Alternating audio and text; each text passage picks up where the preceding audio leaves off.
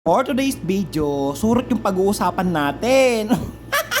Aga nga pala kami nagtrabaho ngayon ni Baluga. May customer kami dito sa bandang Al-Akik. Exit 5 yata itong mga te. Pero sabi ko sa kanya, magkape muna kami. Social naman ang kape ko ngayon. Dati yung pinagkakape ko lang yung bigas na sinangag. Ngayon nakakapagkape na ako ng 2 real. At ayan na nga, tapos na kami sa customer dyan. Hindi ko binidyoan yung pagmamasahe ko at hindi ko binidyoan yung bahay ng customer. Kasi pinagbabawal dito yun. At para hindi makakita ng ebidensya, yung ibang vlogger dito na ampalaya sa Saudi Arabia, baka i-content pa nila ako mga te. Pachichismis na naman ako nito sa barangay namin. Kita nyo yung anak ni Saring sa video? Damo na lang yung kinakain niya sa abroad, no?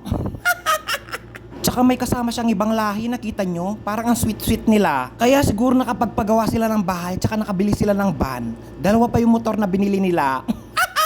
Siguro jowa niya yung kasama niya sa video. Mali ka, ako lahat ng nagbayad ng pagkain na yan. Dito nga pala sa Saudi Arabia, ganyan yung ginagawa ng mga Islam kapag kumakain sila. Pinapalamig nila sa kanilang kamay yung kanin na mainit na isusubo nila. Hanggat lumamig na yung pagkain para isubo nila. Parang ganyan, kung mapapansin yung kasama ko sa video na si Baluga. Kasi minsan, kumakain ako, si Baluga napansin niya ako. Inihipan ko yung mainit na pagkain para isubo ko, syempre. Sabi niya, wag mong gawin yan. Bakit sabi ko sa Pilipinas, ganito yung ginagawa namin. Paano ba yung tamang gagawin, sabi ko sa kanya. Pinakita niya nga sa akin kung paano yung tamang papalamig ng pagkain. Siyempre, maganda rin talaga yung may natututunan ka sa kanilang kultura. Di lang talaga one time, 2 times talaga ako nasita sa ganyan. Pero, in a good way naman yung pag-approach nila. Yun, kapag kumakain ako ng kabsa sa mga restaurant dito sa Saudi Arabia, natutunan ko na talaga yung mga sinasabi o pinapayo nila sa akin. Ang ganda kaya ng kultura nila dito sa Saudi Arabia kapag napag-aralan mo. Tapos, nagpunta kami sa park ni Baluga. Sabi kong ganyan, mag-ice cream kami. Kasi nga, magtataglamig na. Huling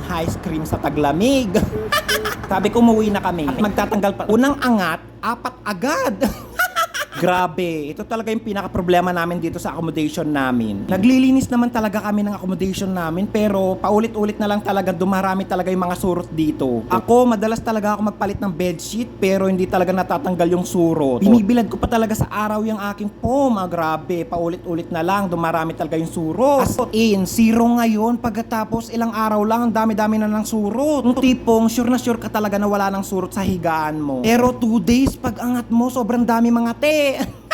Minsan siguro sumasama ito kapag nagtataksi kami. Ako, sa mga bahay na napupuntaan namin, sa mga customer ba namin, hindi lang naman mga Saudi nationality yung mga customer namin. May mga Egyptian, Syriano, Lebanese. Sawang-sawa na talaga ako sa kakapisa ng mga surot. Ewan ko ba, as in talaga, nalilinis talaga namin yung accommodation namin. 5 kami dito sa kwarto, lahat yata merong surot. Ewan ko ba, ba't parami ng parami at hindi nawawala tong mga surot na to? Kagandahan lang, konti lang sa aking bedsheet kasi ayaw nila sa dugo ko.